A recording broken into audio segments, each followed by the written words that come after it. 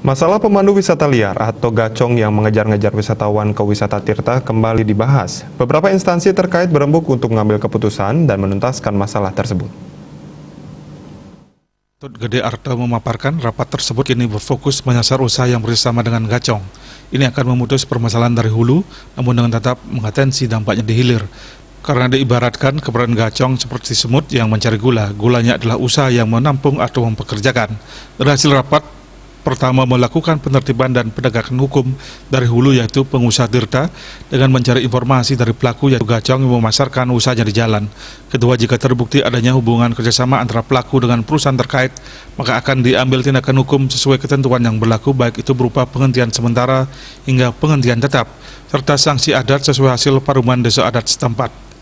Terkait penindakan nantinya akan disampaikan kepada instansi terkait di Pemprov Bali, sebab kewenangan wisata Tirta berada di pemerintah provinsi.